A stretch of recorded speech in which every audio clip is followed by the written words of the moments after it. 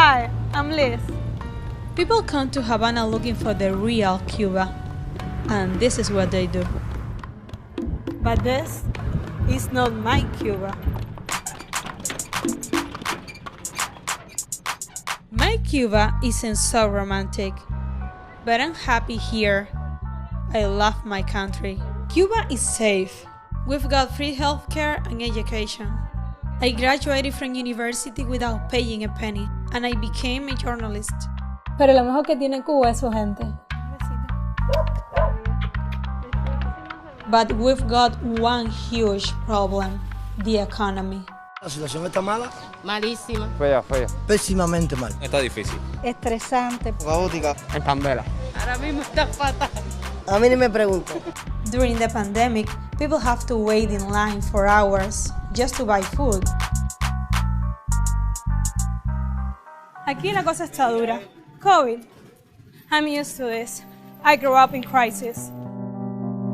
Y no es embargo ni bloqueo, es guerra. The legislation I signed today further tightens that embargo. By maintaining our embargo, El bloqueo económico persiste. Cruel e insensato bloqueo que haya existido contra nación. Our government blames pretty much everything on the US embargo. They call it the blockade. ¿Es que lo queman mucho? We get bored of hearing about the blockade all the time. But it's real. The United States has been waging war against Cuba for 60 years. It's not a war with bullets or bombs, but it touches every aspect of our lives, recently more than ever.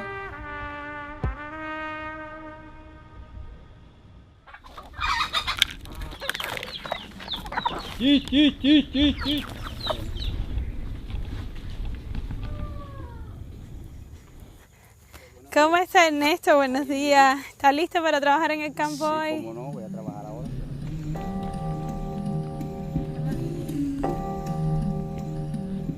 Hay personas que me conocen de 25 años y no saben que me faltan las piernas. ¿Me puede mostrar sus prótesis? Sí, cómo no. Estas son de aluminio y fibra de plástico. No tienen ni articulación, son rígidas. Y se puede partir por aquí. Y entonces la parte del pie se puede partir también.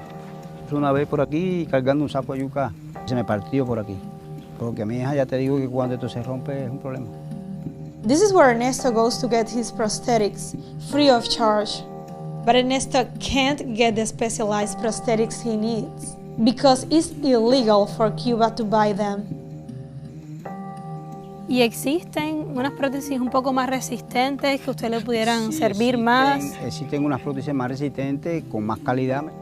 Caminaría mejor, incluso podía trabajar mucho más, pero no tenemos acceso a ella por el bloqueo. Ernesto doesn't complain. In Cuba, we've lived with scarcity for so many years, we take it for granted. The blockade is the longest trade embargo in modern history. It isn't motivated by concerns about human rights.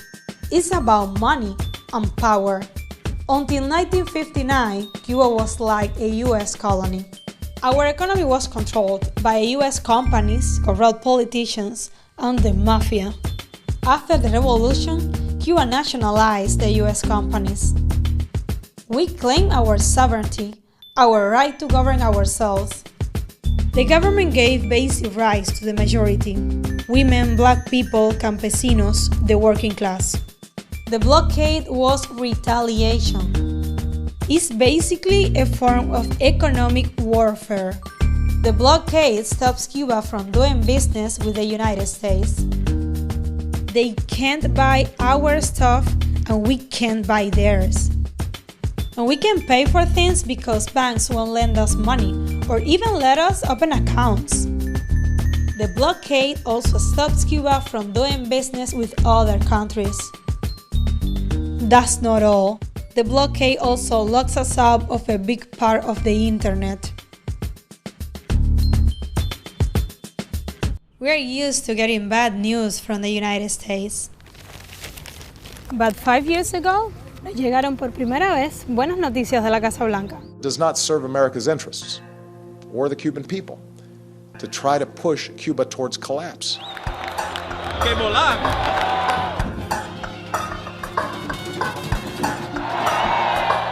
Obama announced new relations with Cuba. He began by loosening the blockade. US airlines and cruise ships started taking tourists to Havana. Business was booming.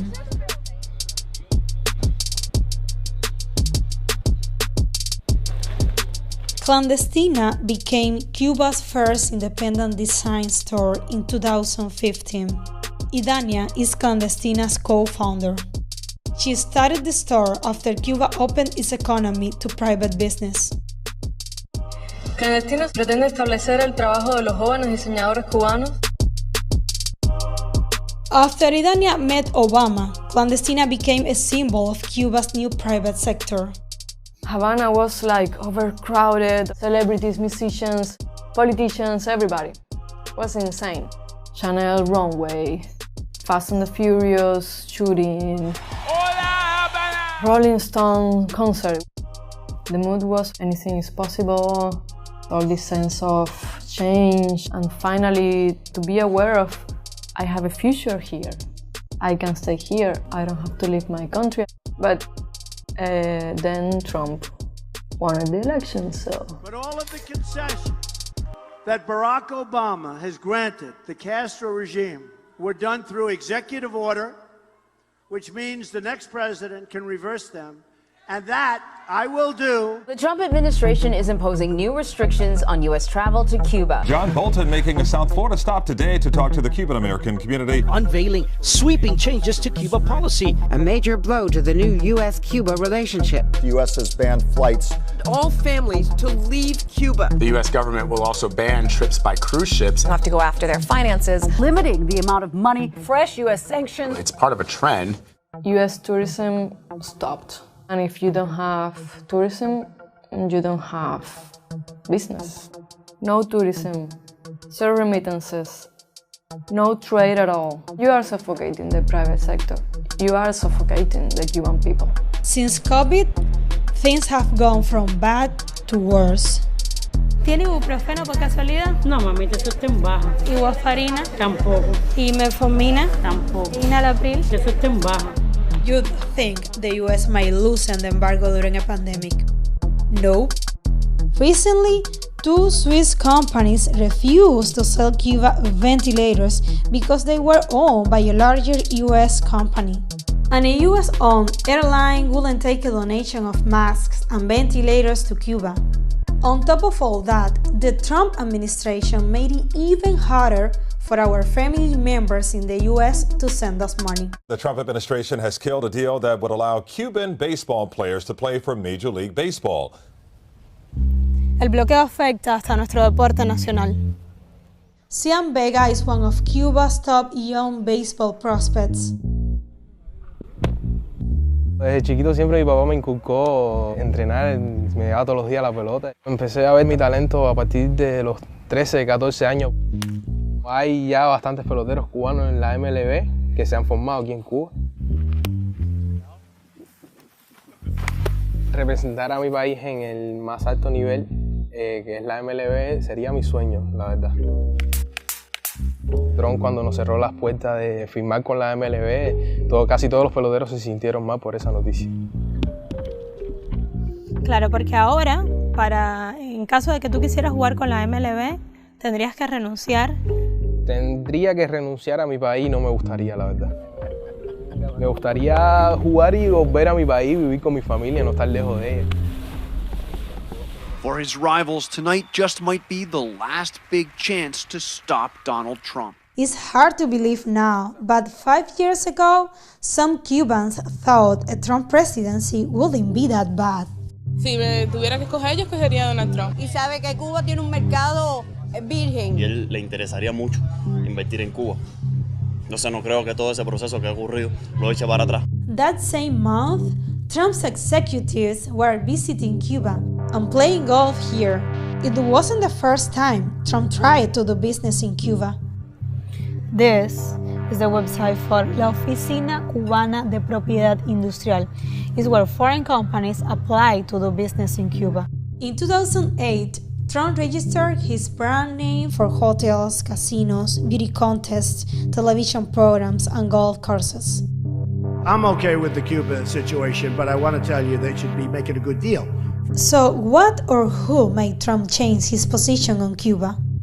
Guys, we have a con artist as the front runner in the Republican Party. Thank God he has really large ears, the biggest ears I've ever seen. And you know what they say about men with small hands? Rubio, total lightweight. If he hadn't inherited $200 million, you know where Donald No, Trump no, would be no. right now? No, Selling no. watches in Manhattan. Trump's fight with Rubio didn't last long. A man that's really become a friend of mine, Senator Marco Rubio. Great guy. After Trump won, they became allies.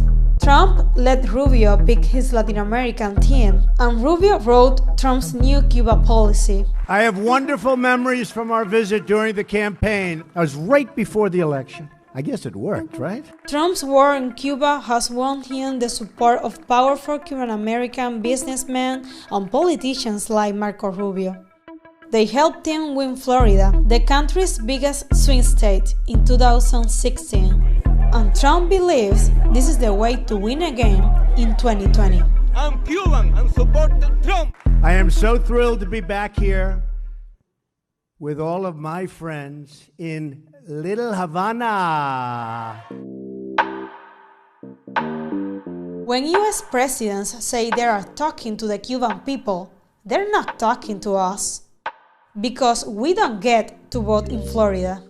Pero los cubanos no cogemos lucha con la política de los Estados Unidos. El bloqueo está ahí y punto. Así que para adelante, que no hay más nada.